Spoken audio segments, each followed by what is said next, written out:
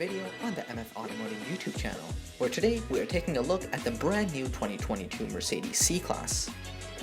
So without further ado, let's get right into it. This is the new 2022 C-Class, otherwise known as the W206 in Mercedes talk, or the 5th generation for us normies. Whatever you want to call it, the main point is that it's finally here.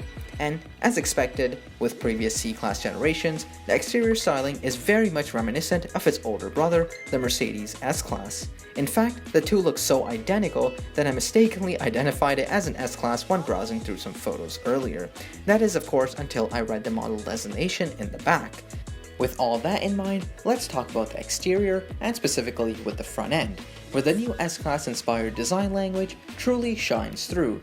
The subtle yet aggressive design language is made even more apparent with small design cues like the creases protruding out of the hood, the seemingly larger grille housing the three-pointed star, and the visibly thinner front LED headlights. The cutouts made in the lower front fascia add to the overall aggression, but most likely are not standard and are reserved for the AMG line or the AMG appearance package, which this particular vehicle seems to be equipped with.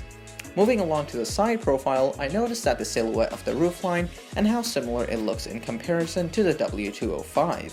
That is, of course, the last generation. This is, of course, in my opinion anyway.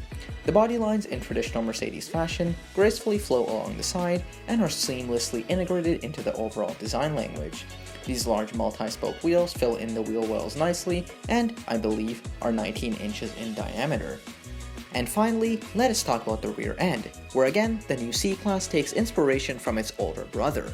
The rear lights very much mimic the same shape and are horizontally placed as opposed to vertical, like we found on the predecessor. We have these cutouts on either side of the bumper, which appear to be air vents at first sight, but are most likely dummy units put in place for the sake of aesthetics. This was also a design cue found on the last generation. The lower part of the rear bumper is finished in gloss black and has two moldings seemingly put in place for the imaginary tailpipes. However, they are most likely not connected to anything, which of course seems to be the norm nowadays. With the exterior styling out of the way, let us talk about the interior, which is undoubtedly one of the best changes made to the new C-Class. The interior, as you can see, has gone through a complete technological overhaul compared to its predecessor. The first thing you notice right off the bat is the big push towards screens. We have two main screens, one behind the steering wheel and one in the center console. Mercedes has seemingly taken the Tesla route by having one display control all preliminary functions of the vehicle.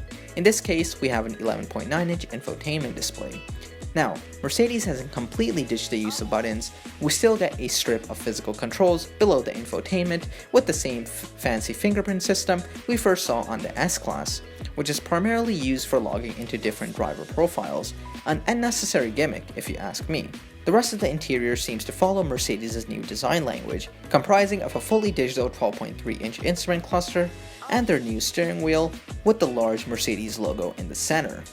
We still get the same array of 3 climate vents in the center, but this time around they seem a lot more premium, and Mercedes has actually taken the time out to properly mold them into the dashboard.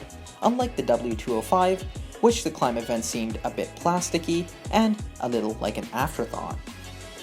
And as with most German manufacturers, not excluding Mercedes, there will most likely be endless ways to spec the interior with different colored leathers and a plethora of interior trims to choose from. Last but not least, let's talk about some technical specifications.